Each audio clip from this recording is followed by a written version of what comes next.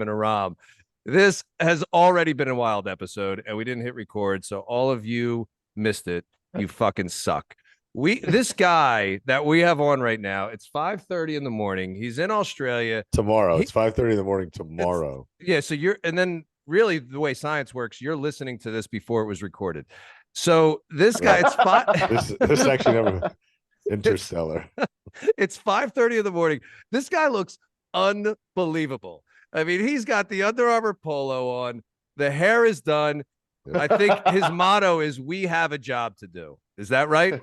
He's got Spider-Man in the background. We have a job. He's got a PhD from the School of Hard Knocks. Currently studying to get an actual real PhD, because we all know you just throw a couple extra letters after your name, it opens some doors for you. That's the positive so far of what I'm looking at. The negative, we have Aram sitting in what looks like a crack house, but it's his house. He's laying on what looks like maybe a futon. There's metal bars. He might be actually in the process. Is he tied to this? It looks like he would be handcuffed with the position that he's in right now. We see his nipple. There is a metal bar. It's as if he's in the middle of being trafficked, but he's like, listen, guys, I know you need me for what you're going to make me do, but I got this podcast recorded with a guy from Australia. Duck out real quick. Then I'll come back to being kidnapped. I have to. Like, all right, well, I honor my commitments. Oh, goodness. So Aram texted me earlier today, and he's like, listen, I'm going to be on, but I'm not going to be on. He's drugged up. He's in pain, but the pain's getting better. Big Dog just had surgery on his little baby Achilles because he tried playing sports, even though he doesn't ever do anything outside of bodybuilding. Rookie error. I know. It's unbelievable.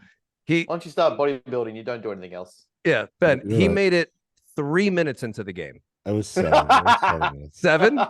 It was 7 minutes. Twice as long. I actually had just caught a really, really great one-handed catch on the sideline, put both feet in bounds. And then we gave up the ball in the next series. And as I was backpedaling at a very slow speed, it felt like somebody stepped on my calf. And then I heard the proverbial pop. I realized very quickly I wasn't Aaron Rodgers. I realized that my career was not worth $60 million and that the surgery was going to cost me $7,800. And that's where we're at today. $7,800 yesterday. And what I can only describe, and obviously every woman that listens is like, sweet Achilles rupture, bro. I've had 3 kids. I don't even want to know what the fuck a kid feels like, because less than what you're dealing with, buddy. No way. No way. Listen, we're trying to make you feel like a hero. Just no. We have too many female listeners for me not to be able to empathize here. But ladies, if having a kid feels anywhere worse, even mildly worse than what I felt yesterday, why would you ever have one? The whole time he was saying This is my argument for childbirth when it's really painful. If I get punched in the face, I don't go ask to get punched in the face again. No. No. You're like, I know it hurts. You know what? The house is really empty. All of our kids are gone. Maybe we should try for another one. Well, when you get punched in the face, it doesn't produce an eternal bond and connection of love, you pieces of shit. Well, is that what you have? Or do you just have an 18-year liability that's going to cost you $500,000 at the least? If Aram punched me in the face right now, I'd probably be eternally bonded to him. Let's be real. I think the nipple binds all of us right now. The nipple is. This thing is ripe. I feel like I'm starving for pepperoni pizza right now. I don't know about you. I have the smallest nipples, I think, in North America for a man of my size. All right, so if you haven't seen his nipples, which you have if you follow him online, it's just the nipple. There's no areola. It's just this. It's like a big button. It's a button. Hey, did you? The red button from Men in Black. Don't press the red button. That's the red button. Maybe Ben can talk to us about how to not get fat while I'm in a recovery phase. I feel like we're on a good run right now of just busting on you. I feel like we should take advantage of this. Ben's funny. I tried watching the Batman yesterday because I was like in that like dark, somber mood. And then I was about halfway through, and all I could think of was the scene where he's got the cape on and he's investigating the scene, and like the cops are like, "What is he doing here?" And all I could hear is Jimmy's voice being like, he's got a costume on and they're investigating a murder scene, and nobody says anything about the fact that this dude's walking around in a cape. And it ruined the movie for me. I had to turn it off immediately. I was like, fuck you. Good. You just took one of my favorite movies and you destroyed it, because all I could think about was the fact that here's this Which cape crusader. is extremely ironic. Ben, we'll eventually let you talk. This is important though. This is a big passion of his, Batman. Super ironic, because what was the last thing that I texted you about the Batman? You enjoyed it.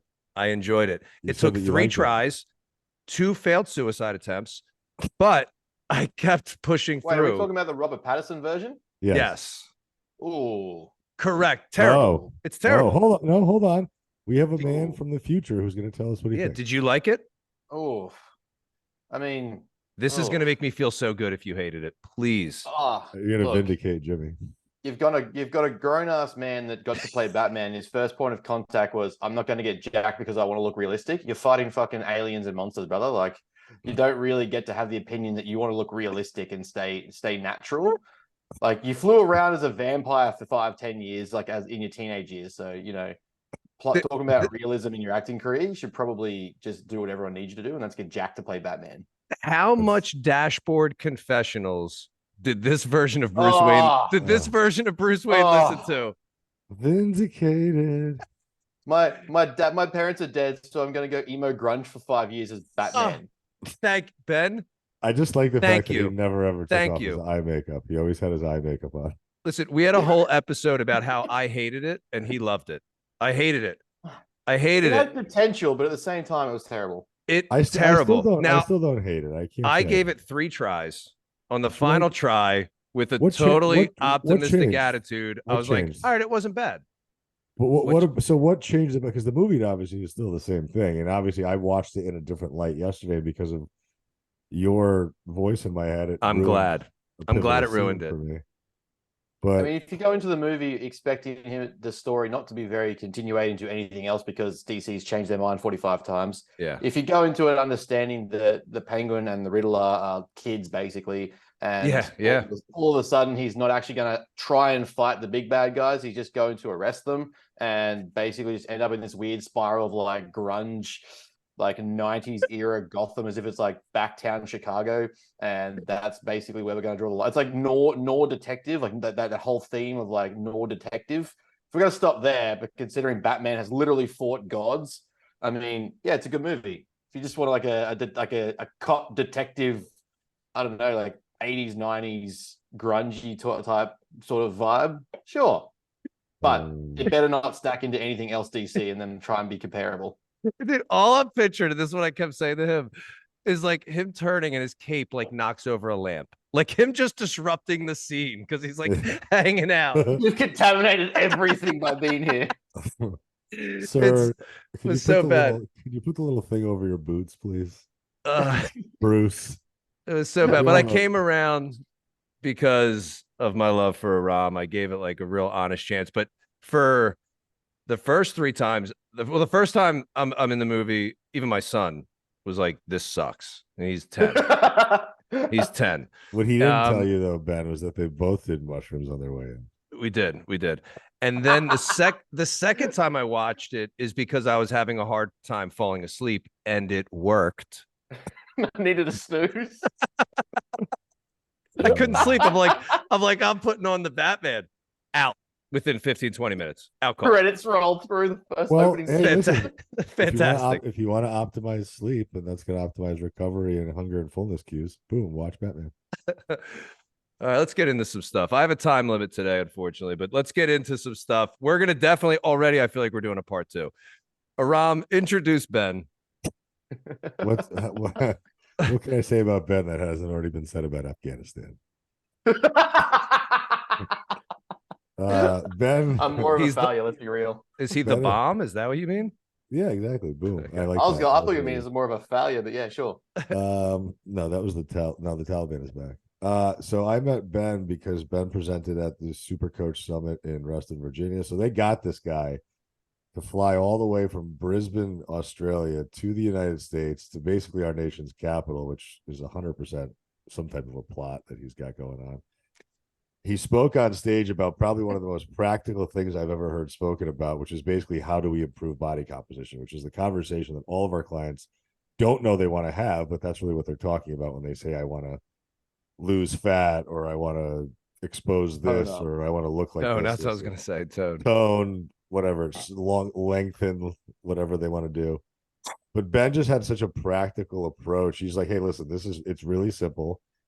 It really just comes down to the fact that it just has to be done for a very long time, and it can be very mundane and boring. But if you make these variables slightly exciting because you start getting involved, then that's when the change really happens. So he gave practical advice. He gave immediate advice that coaches in that room could walk away from. He talked to every single person in that room that walked up to him and spoke to him. He even entertained me for quite a bit of time. And I just think that, like, he just very much reminded me of the kind of style that you and I have, Jimmy, where we're servants first and then we're coaches second. Like we segregate the two, and Ben's just doing it in a way right now, which I mean, I see a lot of Australian fucking fitfluencers. I mean, him and I talked about one at length in particular, and there's a lot of douchebaggery happening over there. Are you talking about James or somebody else? He's not Australian. Never mind. Go ahead. James who? James Smith, but he's not Australian. He's just living there. He's in Australia, but he's not. He's not Australian, but he's living there. Yeah, that's the one that he wrote a book, didn't he? I think he wrote two now. Enough about him. We're here with but Fuck Ben, James. what I like about Ben is that he's in the bodybuilding space, like that's his passion, but he can help and work with the average lifestyle general population client, because he takes those very same principles and just distills them down into a level that Mr. and Mrs. Jones can understand it and apply it. So Ben, you're pursuing psychology degree because you realize that that's a massive component of this whole thing. Amen. What got you to go from, I want to know about the science of muscle and I want to know about the science of nutrition, to, holy shit, the mindset component of this stuff is vital and we have to figure this out? All right, so to go, I guess, like, well, there's an origin story there. So for is me, it going to be like? Is it going to be like Batman? No, it's got a good story. All right, good. We'll go with that. Depends if we're talking about the Dark Knight or not, because that's a different story. That was a good story. Great, true. We'll use Christian Bale Batman for this one. All right, good. So I've always had a sporting background. So I played rugby league for like 20 odd years in Australia, which is I argue, our version of your gridiron. So I've always had a very competitive nature and very sport-based nature. And I sucked for where I wanted to go. I didn't suck, but I sucked where I wanted to go. So it was always important for me to try and understand how to get better. And basically, it got to a point where I think I was 21, had a car accident, basically destroyed my T3, my L3, 4, 5, my L3, L4, my L4, L5. Ended up with sciatica and major nerve pain in my L5, S1. Had spinal procedures and stuff like that. Didn't take. They wanted to sever the disc. I said no. And was pretty much just left to my devices of like, well, this is now a chronic diagnosis. You've got a 10% impairment of your spine. Go deal with it. That's your life now forever. And I was like, cool. That doesn't work for me. So I started getting to this point where I was like, what did I do in my past that got me to succeed? It got me a win. That got me, something. And so a big part of that was basically taking the competitive nature, and then I implemented into my rehab, into my recovery, into my training. And, I was like, at this point where it was more mentally than it was physically that I was getting through my rehab and trying to get back to life. Because I was, went through the spiral of the one thing I think that allows me to be the coach I am is there's nothing that any of my clients have been through that I haven't been through or worse. Tell us about when you gave birth to your first child. I'm just kidding. Yeah, I was just bringing it back to that. But no, I hear you. That's awesome. But yeah, like to go back from that, I got to a point where I realized like the competitive side was kind of like my edge. And I was in like yoga classes, hot yoga classes at 4 a.m. I was in my rehab. I was in physios, doctors. I was doing like spinal procedures. We're like, let's try and see if this works. And the only thing that kept me going through it when it was mundane and boring and terrible was that I would pick people in the room and I'm like, I'm going to do yoga better than this person. I don't know how many people decide that yoga is a competitive sport, but in my head, I'm like, the only way I get through this is that Karen over there gets her ass kicked and I'm better at yoga than her. This bitch is showing up at 4 a.m. just as much as me. I'm going to do a better headstand than she is. I had to pick like moves and exercises in yoga. I'm like, what's the next advanced technique of this? And the teacher's just like, calm down. I'm like, nah, bro, what's the next one? And so when I got into coaching and training, and I had these dreams and passions of like, I'm going to work with basketballs, athletes, all these, everything when we start coaching, we're like, these are the people we're going to work with. And I had this absolute passion, obsession with like elite athletes, like Michael Jordan, Kobe, Andrew Johns, Tiger Woods, like all these people that excel. And I'm like, how do I get people to be like them? I want to be, the guy that works with elite athletes and that sort of jazz. Ironically, once I started coaching and really get into my studies and really get into where I was sort of going, I was like, hang on a minute, this is the wrong way around.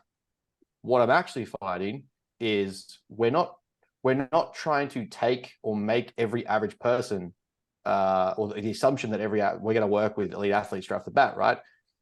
What I found was instead, I was getting people on these amazing programs, and I'm like, I've spent hours putting these together, percentage-based periodization, and I've got all the nutrition tools that they can have and eat and optimize their strategies, and literally no one uses them. And I was like, cool, this is the wrong approach. I want to be like the performance coach, Tim Grover style guy. Like I want to take people that are average and make them excellent. Well, how do I do that? And then for me, this guy behind me, Big MJ, cool. I started looking at, well, instead of trying to assume that every single person that comes to me is going to be an elite athlete, how do I take from the elite athletes and teach the average person? Because if we raise the bar of average, well, now the standard of what's average is increased. So rather than saying that every single person's a 1%er, we know they're not, otherwise it wouldn't be 1%. How do I raise the bar of what the average person can do? Because so many times I get like clients and people in their own way, and they've got all these debilitating problems and identity issues and these mental disorders or triggers, and all it ended up doing was limiting what they actually think they can do. So a big thing of that was, well, Jordan's dad died. Kobe had these injuries, snapped his finger literally on the court. You've got guys that are going through like drug charges and accusations, and they still come out in their sport and they excel.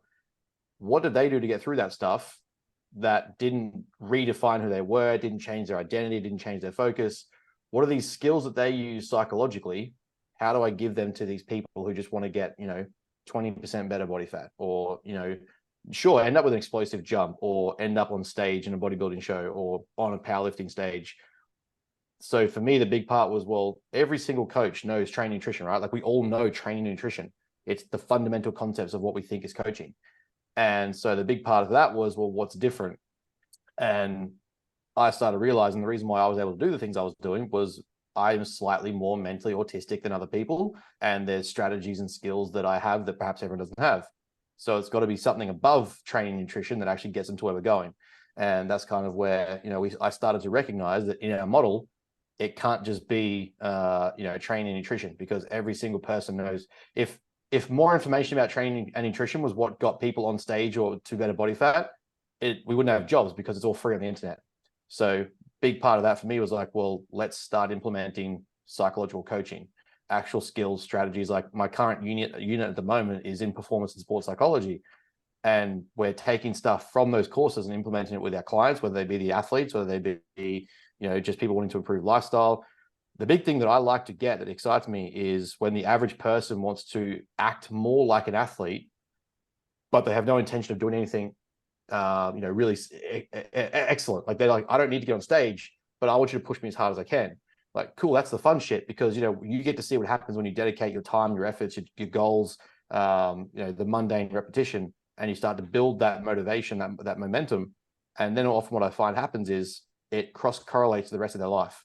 Like they tend to excel in their business, in their jobs, in their studies, their education, their careers, their relationships, because, well, when you're not out drinking, partying, smoking, you're not out, 5 a.m. in the morning, and then trying to get up at 7 to go to work, and you're spending time with your family, and you're just simply eating the same foods properly, well, you don't have room for fuck ups because you're not fucking up. You're just making better choices every day.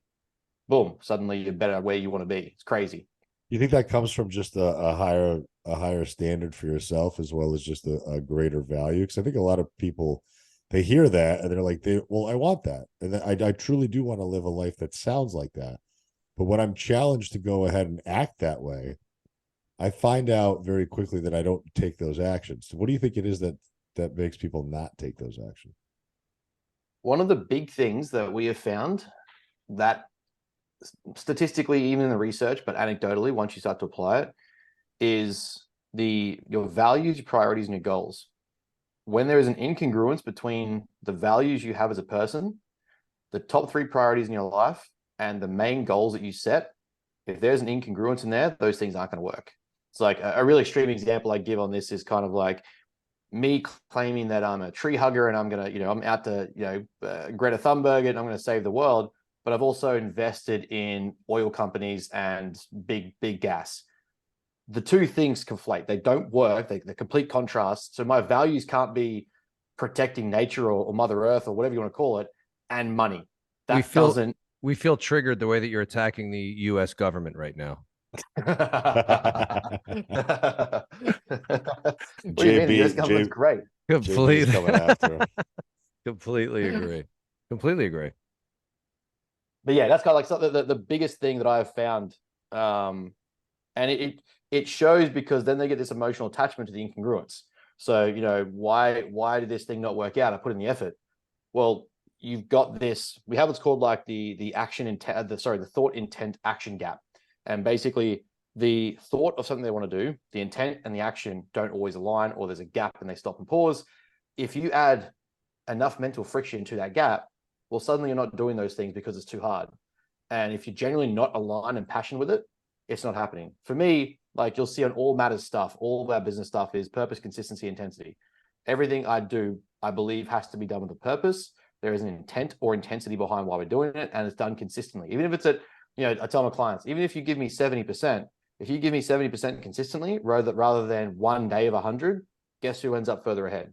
Yeah. But then we just work on making that 70, 71, 72, 73. So what do you do? You have the person who is saying all the right things. Mm-hmm. They have all the intention in the world. They're struggling with the action part. What's the conversation look like?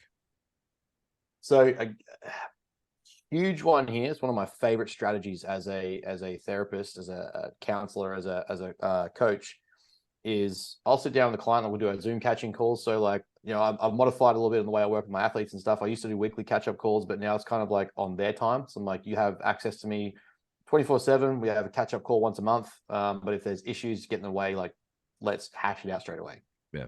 So like if there's an issue like that, I love that, by the way. Sorry, let me cut you off for a second. I think that's a really cool strategy. I think not enough coaches are, and I know like Jimmy, yeah, all 3 of us do that. Then that's something that you do, whereas like you give them the power to reach out to you.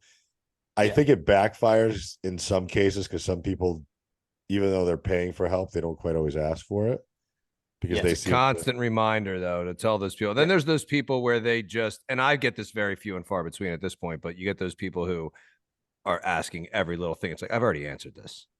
Yeah. And you have to remind them. It's just validation. I just you have to remind them, like, I've already answered this. What do you think? You've done a good job. Yep. Yeah. And then it's like, you have to put it back on them so that they start to realize, okay, I am able to make these decisions. But do you find, Ben, do you find that structure works better than having like the scheduled, like we're going to talk for 30 minutes at this time every single week? I had a lot of clients at the start that were kind of awkward and off put by having so much time available and having so much time to catch up and check in. They're so used to coaching over here where it's like a 3-minute video, which don't get me wrong, even now when I do my check-in videos, there's a lot you can cover in 3 minutes when you've already pre-read everything and gone through it. It's easy. Sure. But they were so used to just having like, I had some girls whose check-ins for preps were literally a caliper test and the coach asking them how their week went in person, which might have taken 5 minutes. And I'm here like, oh, let's go through your problems for half an hour. Like they were so not used to that like psychological flip. So when I put it back on them, it was like a whole different story. And they were so what is that? Like, what is that conversation like where you have that? Because that's where we're going. If you go back to that, we're both distracted by Aram's nipples. But go ahead. Yeah, I gotta waist tuck my erection now. They're struggling with the action.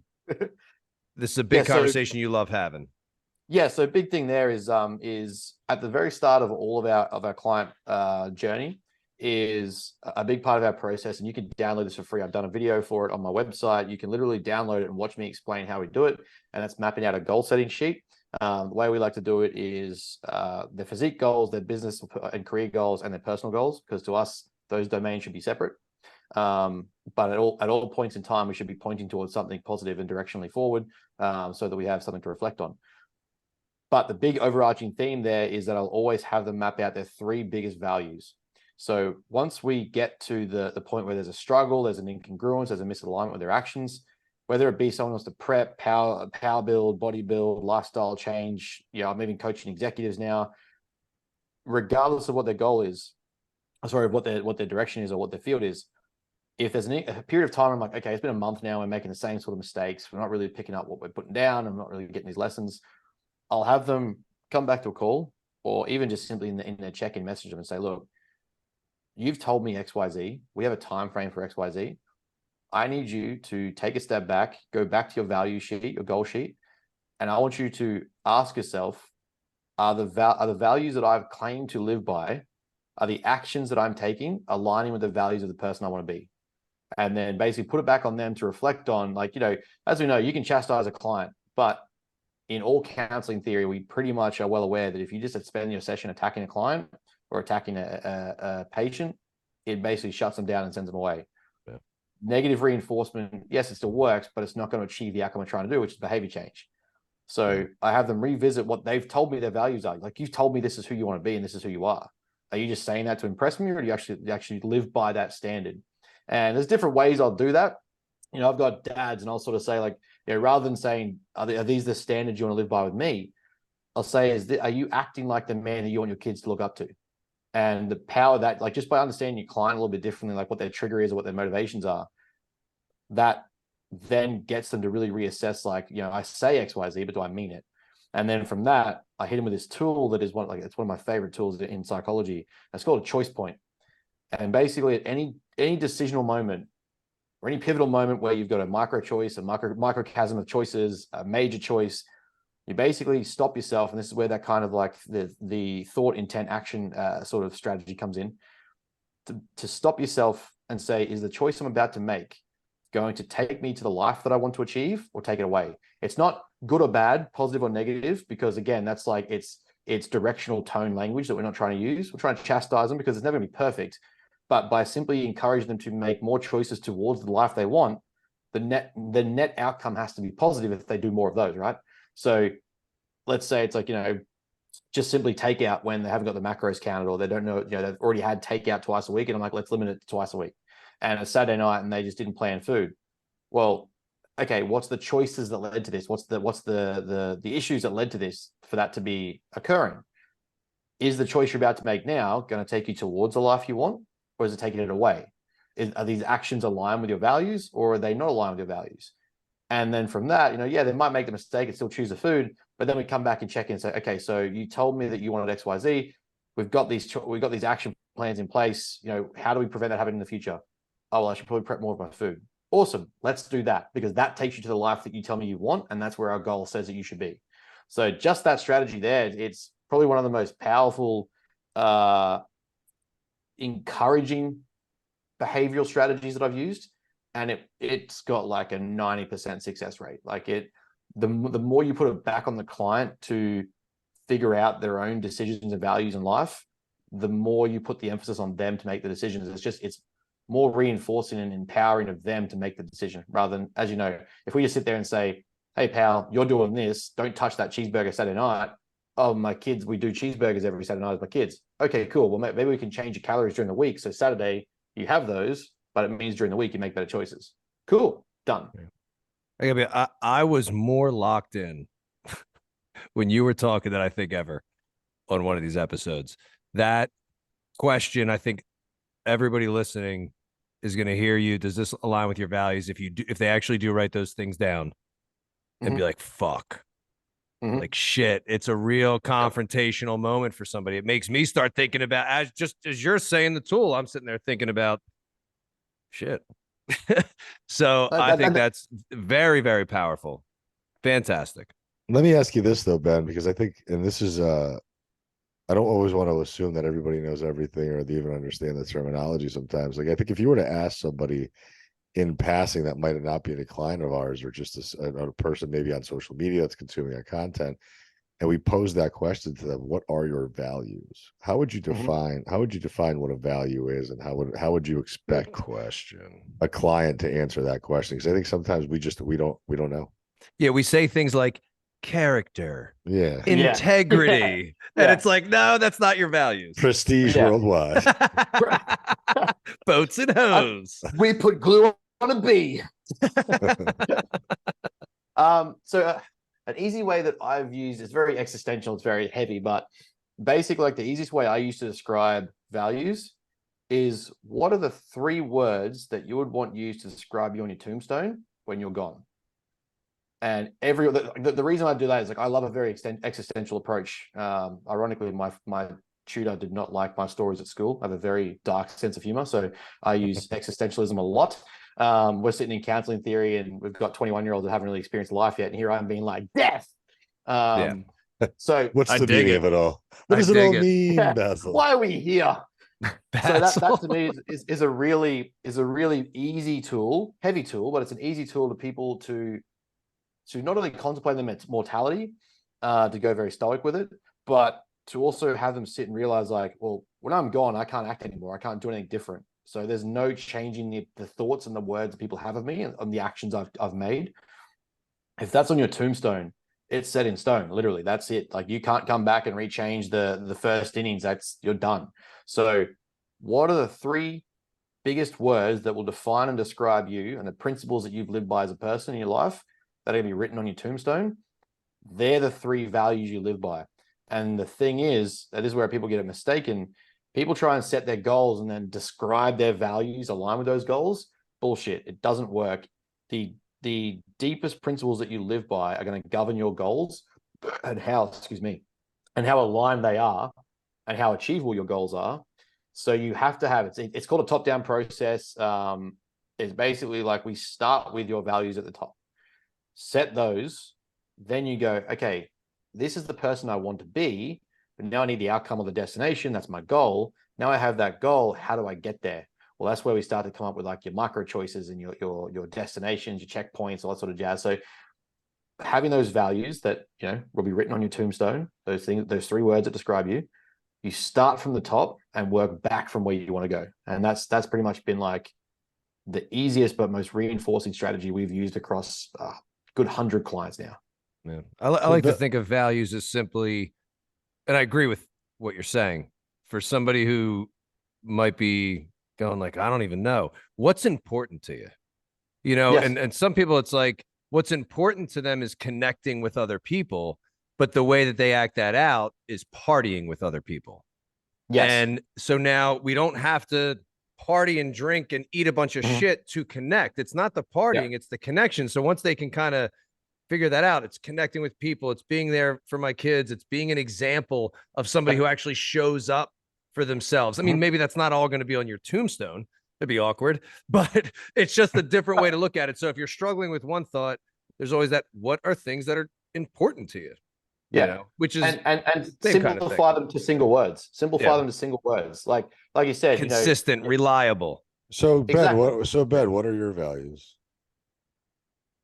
Well, that literally, like, the values based on the business were based on me. I literally just like when it came to building out Matter and kind of where we were going to take it, the 3 values that define me, that I literally took my time to sit down with this and look at what actually meant things to me. And I realized the only times in life where I was successful and positive and happy and moving forward and progressive was when I was acting with purpose. I was doing things consistently, and I did things with intensity. When I half-ass shit, I feel like shit. If I don't do things consistently, I feel like an absolute loser. And if there isn't a purpose to the actions that I'm making, not every single action, but 99% of them, like if there isn't a purpose to why they're being done, then I feel like I've wasted time. And one of the biggest things that for me, when I reflected on it, was reading. I read a lot of the stuff about, on successful people. Otherwise, these guys wouldn't be here. And there was things across time where you start looking at Stoicism, Marcus Aurelius, you start to look at even Steve Jobs when he applied it. You only have a finite amount of time that you're here. So that means you don't have the time to waste to make the change you want to make. So to me, it's like, well, everything I do then has to have a purpose to it. Otherwise, I'm just wasting time. I think people don't actually see that, though. The problem is that because we wake up every single day with another opportunity, it feels like it's infinite. And It really does. Like there's so, I mean, shit, just even think back like when you're in your 20s, you're fucking drinking and driving and you're fucking around and you're doing all this dumb shit. It doesn't ever feel like it's ever going to be a problem. And even something as innocuous as like getting up and getting 10,000 steps a day, you're like, yeah, that can't be that big of a deal. But it's not the fact, it's not the 10,000 steps a day. It's the fact that you set a standard that I'm going to do this every day and I'm not going to let myself down, because if I let myself down in one area, where else am I going to let myself down, and who am I going to let down on the way there? Because people are watching. I don't care if it's fat loss or trying to improve your relationship or trying to grow a business. Yeah, but that only matters if that's one of your values of like being an example to other people. At the same, for us, like obviously people are watching, but for the average person, it's like, who gives a fuck if anybody's watching? Like, do your thing. Well, like that could be the other perspective. I think it's just another reason why I think it's important to be true to yourself about the stuff that you do, because you may be inspiring people that you didn't even think you were. Yeah. Well, it's being honest with yourself and then being true to yourself by following through with that honesty. Yeah. I think a lot of people are just, we've talked about this so many times, just lying to themselves, or they just don't know really what they want. They want the body of somebody who puts the time in, but they don't want to put the time in. You know, they don't. That's fucking. They want to party. Yeah, they want to party, but they want the body of the person who doesn't party. You know, that's like, what do you really want? That's a whole other freaking conversation. Yeah, but it's. I'm going to use the example of what happened to me the other day. Like I never thought in my, like, I thought I was tough. Like I really did. I'm like, I can sit through 40 hours of tattoos. He thought he looks tough, guys. I looks tough. There was probably mess. There was probably 15 or 20 times yesterday where I wanted to break down and say, fuck it, like, let's go to the emergency room. Like the human body should not feel like this. Yeah. And and that's why I think like, we could only take so much. Yeah. I never like to invalidate when people have excuses or reasons why they don't get shit done. I think it's all and I'm sure Ben, you'd agree with this. Like a lot of times our clients will come to us and say like, this got in the way, this got in the way, this got in the way. This is a problem. This is a problem. This is a problem. And they're all real. Like, I think as coaches, we seem like we're hard asses because we're trying to provide solutions to every one of these barriers that you come up with as a client. But that's because we truly believe that there's a solution, because it's not a permanent problem. And I think it's not that we're not trying to invalidate and say that these things aren't real or that I've had to deal with worse, so I know better than you. That's not where we're coming from. Like we're coming from the fact that Ben had to struggle to get to where he was. And that's what makes him, just from a knowledge perspective, but an application perspective, a good coach. Jimmy's had issues. I've had issues. We've all had our individual unique issues that were very real to us at the time that may seem like nothing to somebody else. Correct. That's something that always, when I get ahead of myself, I start thinking 5 different things at once. And I just want to interrupt to agree that I had a friend whose wife was dealing with breast cancer. Awful. Okay. I had a bunch of shit going on in my head, in my life. That was awful to me. And he would make me feel like, you have no right complaining, because this is what we're dealing with. And everybody's awful is their awful. And I've posted about that before. Just because you had what's on paper worse or in society worse, well, I've never experienced that. So this is my worst that I've experienced. Everybody's awful is their awful. We can't try to make people feel invalidated for what they think is awful. It's awful for them. Yeah. And how do you help somebody around that? Because I think that's, how do you as a coach empower your clients to take those disadvantages and turn them into a bright spot? A big thing for me is, again, how do you improve lives right now? That's what this podcast is all about, because if people are going to give you an hour of their day and not get something out of it. That's fair. A big thing for me is like, I really drill them with perspective shift, reframing, rewording, a lot of like psychological rewiring, I guess. If it's depending on the person, again, you've got to know your client. I've had clients that talk a big game. They're all about mindset. They're always about being like the 1%ers and stuff like that. And then we'll get into a cut phase and they're complaining about hunger. Now, don't get me wrong. I've been in preps that complain about hunger. I'm literally a competitive bodybuilder. I understand hunger. I understand you're hungry, especially if it's the first time you've done it. Like, it's why I use more of a gradual exposure therapy type periodization with nutrition. We'll go a bit deeper in the cut this time, a bit more of a surplus, a bit deeper in the cut. And then, so you get that exposure to what hunger is at different levels. That's like my approach to how we kind of get there. But if it's someone like talking a big game about woe is me and how hard it is for them, I'm like, look, and this is going to sound really deep, it's going to sound really harsh, but let me get to the end of it. If you're choosing this, which is the blessing that you have every single day, that is to wake up and choose to starve yourself for an extended period of time, because that's all dieting is. We are accepting that for a quantified period of time in life, we are going to be depleted of energy intake so that we can drop the percentage of body fat that we have. That's as simple as it's going to be. You are choosing to do that at every point in time. Every day you wake up and continue to be hungry, you are choosing to be hungry. I have sent clients to read Solzhenitsyn and guys that are just really deep philosophy, but very easy to grasp and understand. Things like the Gulag Archipelago, the Battle of Stalin at Leningrad, where we've literally seen in history people that have been forced into starvation. At one point, I believe, in Leningrad, they were mixing sawdust, bread dough, and human feces to make up calories for the soldiers to actually survive and not die before cannibalism. So the last point before cannibalism in Leningrad was eating shit. I'm like, look, you're hungry? That's a choice, though. There was a 2-year window in 1944. Those motherfuckers did not get the choice to be hungry. It was either keep eating what is there and fight to save your country or die. So when we get to have that ability to choose, it kind of takes the lens away from the perception of restriction. You're not restricted. You can eat whatever you want. It's just, does that align with the goals you've set with me and the values that you've claimed that you have? Because every time you go and have a donut or a cheeseburger or a piece of cake and we're in like a 2,000 calorie deficit, it's probably not going to do you any justice that's where we're trying to go, because then all you do is set yourself back. But it's important to understand you can drop this at any time. You can choose not to do this. You can step away and say, I'm free to eat my food. No one has a gun to your head to say diet or stick to your calories. It is a choice you make every day. There are people in life who have not had that choice and still manage to thrive and succeed. So it's kind of like using like regressive exposure of success, and kind of like, in the people have done this in the past. People have done this and not died. People have done this before you. People will do this after you, and we've all got through it.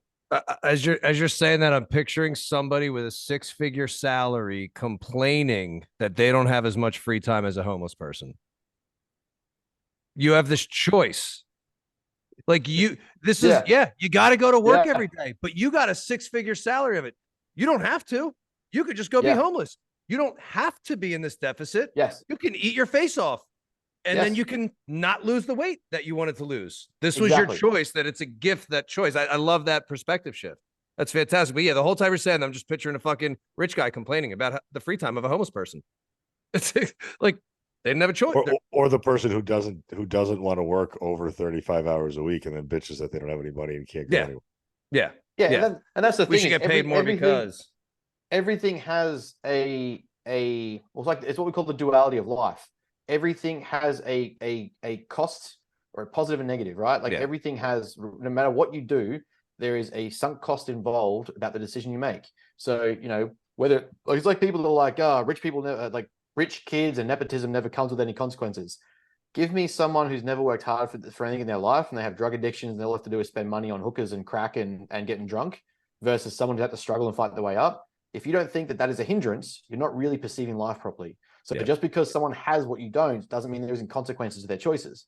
So when we look at that same strategy, it applies to everything to do with bodybuilding, powerlifting, body composition, coaching people. Is like, you can have that thing or not. It's up to you. I don't really care. You can tell me you want it, just show me.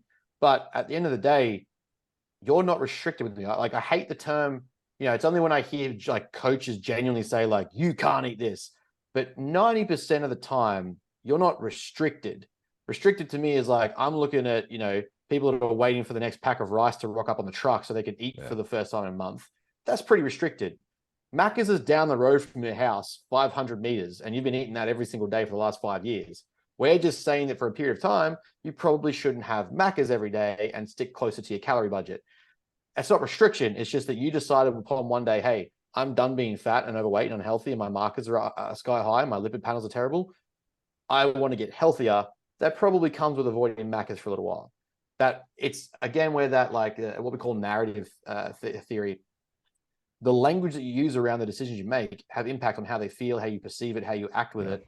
And when you start getting people make those words sound so much more intense than they are.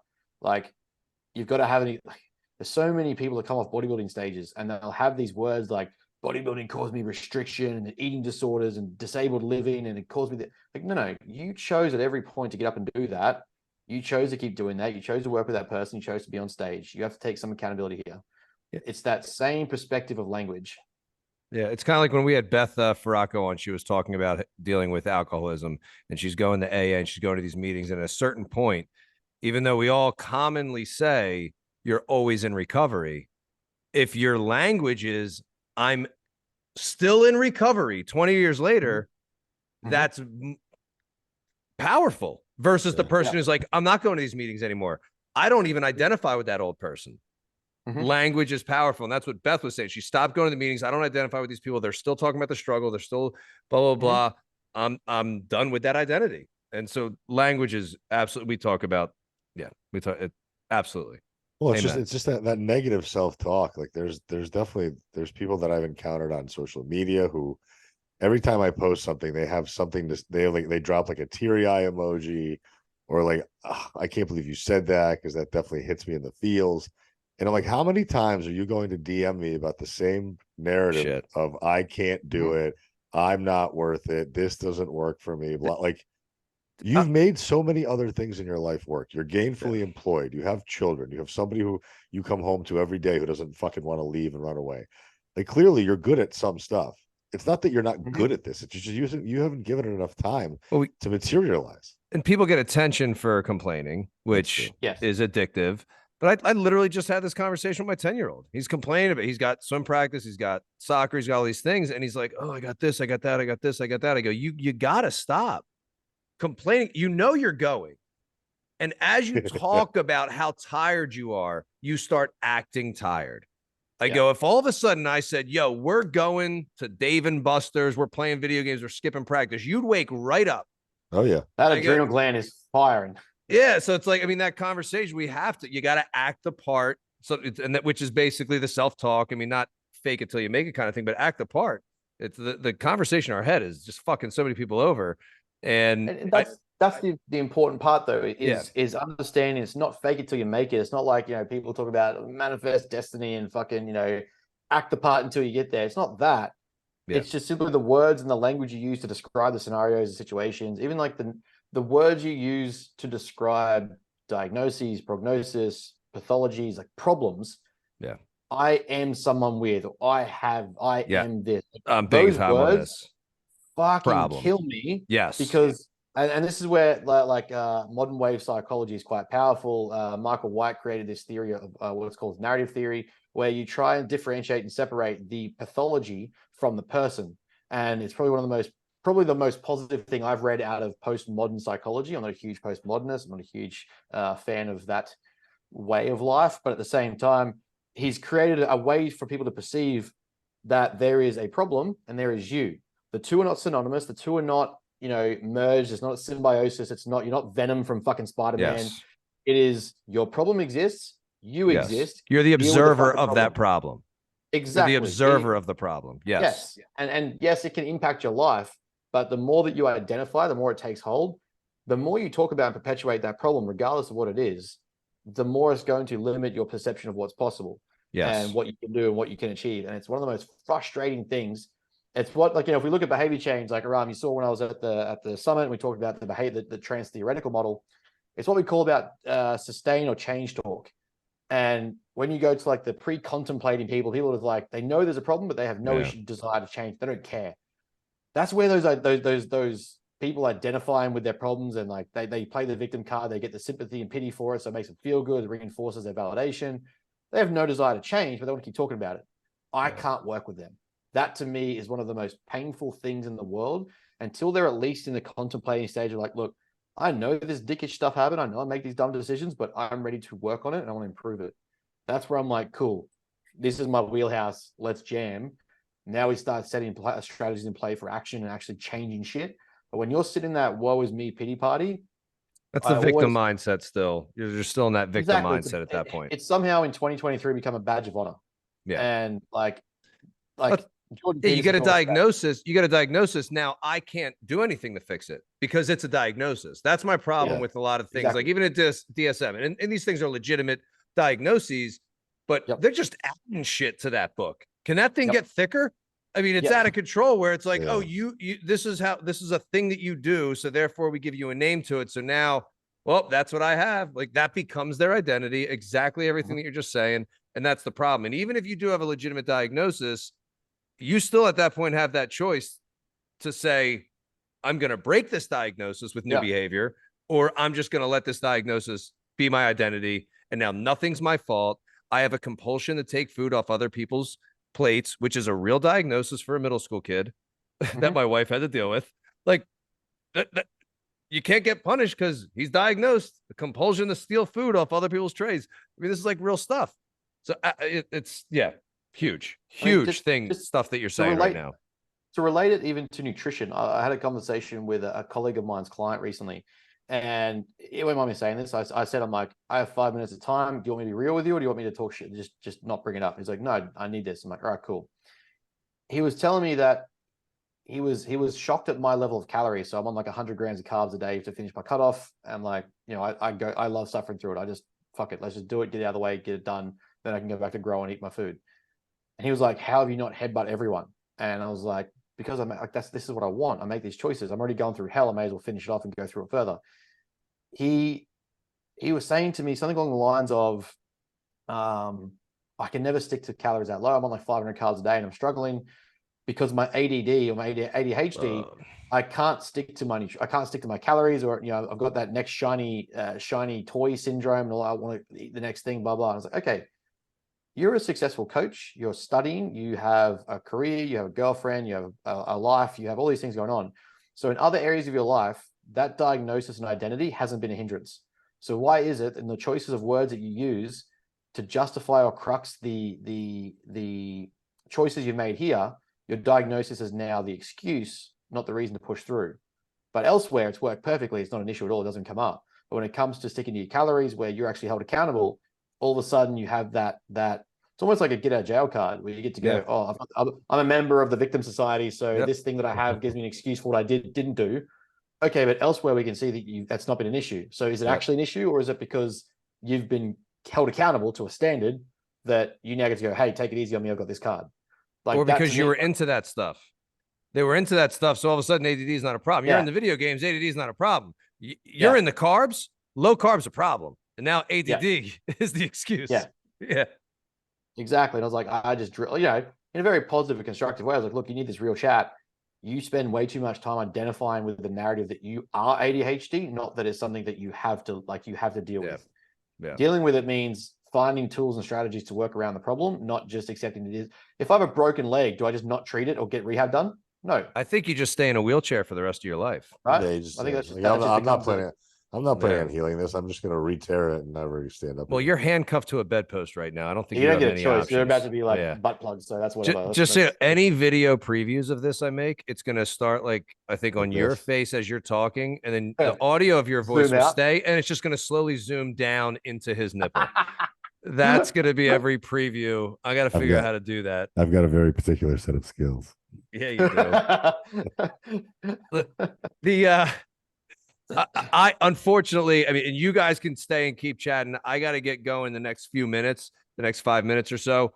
I would love to do a second conversation. This is definitely one of my top most fun conversations so far. The ability to transition from busting stones to just right into some legitimate stuff. I think there's a lot more things you can offer. I could also, when I got to go, just disappear. You guys can finish the conversation. But was there something else, Aram, that you wanted to ask on that? No, I mean, I think that all of our clients, all of our listeners, people that have been following our message for a while will resonate with this 1,000% because we empower our folks to think for themselves. And it's not that they're going to shame themselves or beat themselves up for decisions that they make. Because at the end of the day, we know that having the extra cookie or not going to the gym or waking up too late is not going to be a death sentence. But if you continuously make that decision, then you can't quite sit there with that standard of living and say that this is really what I want. Because if you really wanted it And like Jimmy said with his son, very simple example. I'm tired. I don't want to go to practice, but you're not too tired to go to fucking Dave and Buster's. Yeah. And it was Best happening every example. day. It's not the one day. And that was a couple. I typed down a couple of things as Ben was saying that I think you just clarified one of them, that we're not saying look at your values the first time you mess up.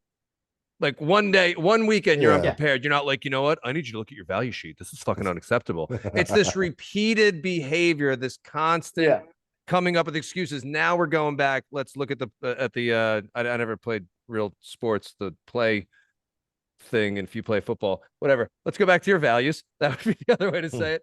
And then even when you reference there's a purpose in everything, some people could hear that and think like that's pretty intense.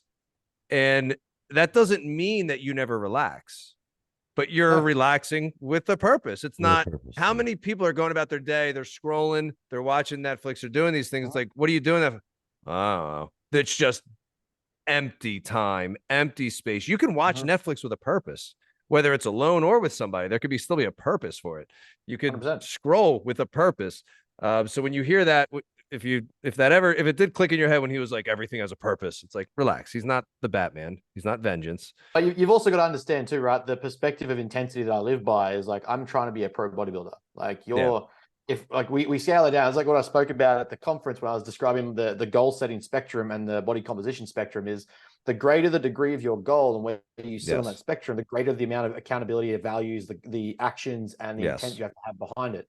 If we're just saying, look, I want to be sexier for my husband, we want to bang more than once a week, and I want to live till I'm 80, you don't have to, not every single thing has to be with a purpose to achieve a certain outcome by a period of time. So you got to be able to also take that perspective and scale it back to where you are. And that's what makes that sort of spectrum so powerful. Is like how I coach the person on the far left, which is just Joe Blow, average fat American Australian that has no idea about nutrition and just wants to be healthier. It's not the same way on that same body composition spectrum that I coach my elite bodybuilders. But I can take those strategies and teach the average person. So it's just more about perspective of like, yes, like you said, listen to what I'm saying. I do everything with a purpose as much as possible. But that's because I have a destination I want to go that is far above the average person's expectation. That's what that requires. Yeah. And I think that everybody can hear it in the way that you were saying, everything that you were saying, that there is empathy, there's understanding, there's accountability. You even asked, do you want me to give it to you straight or do you want to bullshit for a little bit? Like you don't come across like an asshole at all. I don't want it to sound like that. But yeah, you were. Yeah. I just fired Aram. I texted him during this conversation. I'll reach out to you. I'm gonna I fired Aram. I'm gonna hire you as the other side lifestyle co-host. Oh, I didn't even think about that. No, I'll keep you around for that. But as a coach, I never actually hired Aram. But if I thought about it, I'm going to fire him now. When I hire you, you're bringing the heat to me. You're bringing the heat. I need Jimmy, those kind of Ben, Jimmy tough needs you questions. badly. I need those kind of tough questions versus Aram's like, just fucking do it, man. Just fucking do the program. I can see him saying it like that too. Yeah, just fucking. I don't understand. By the you time talk I a big game, dude. But I need to be like. By the time I get to him, I don't have the energy left to have to actually coach him. That's why I could never hire him. He'd never, do whatever the fuck you want, man. He would never make me feel like number one, and that's what I need. I'm okay feeling like number one in his personal life, but I know I'll never be number one in his professional life, and our personal romantic love life is more important to me, so I'm okay with that. So Ben would then be like, but I think everything you said, and I don't know how you found it. If you're open to it, I think that I would love to dive deeper into some of this stuff. 100%. Our schedule's just, this is how it is, where I gotta roll. We'll definitely do it. We'll find a day of the week where you don't have to get up so early for us. But if this isn't a big deal, if you're normally up here looking dapper at 5:30 a.m. Brisbane time, and hey, I'm done. Melbourne. Are you Melbourne or Brisbane? Melbourne? Brisbane. Oh, okay. I said Brisbane. I was listening. Did you want to waste your time with your question, Ram wanted to switch? No. There's going to be a second part of this. So there is going to be a second part. We already asked him what his values were. That was going to be my question. Well, then we'll ask one of the questions. If you're on your deathbed being lethal injection, what's your last meal? You can have anything, multiple courses. What's your last meal? This is Aram's questions. Great question, but it puts people on the spot. Yeah, we're going a big old half kilo slab of buffalo chicken wings. I thought he was going to say cocaine. Go ahead. I mean, yeah, that's the starter. That's What you just say? You're that's not how gonna I want brush my teeth before we go. You're not gonna want the chicken wings after. Although Yeah, I've heard you don't like to eat. You don't want to eat it all. I We're got going half kilo buffalo chicken wings. We're going a 500-gram prime rib. Oh, That's a big ass prime rib. That's more than a pound. That's like a pound and change. we're going a good slab of some good steak cut pub fries. I love fries. A nice dirty big slab of like a good garden salad, Mediterranean salad on the side, on the steak. Wow, he even has sauce he on even has there. greens right before he dies. Got to include Dessert? something nice and greasy just because it's fucking. Oh god. Dessert? Something sweet? Oh no, we're going before that. We're making them work to kill me. We're going a nice big double loaded meat lovers pizza, Holy shit. and then we're going out with a few donuts. Nice big not those like Dunkin' Donuts, by the way. You guys, Dunkin' No. Donuts. shit. No. They have The turned to gourmet- absolute shit. The gourmet In donut. Australia, we have like these thing now we call gourmet donuts, and they're like these like $6 Australian, which is like $4 US, which you guys laughed at when I told you over there.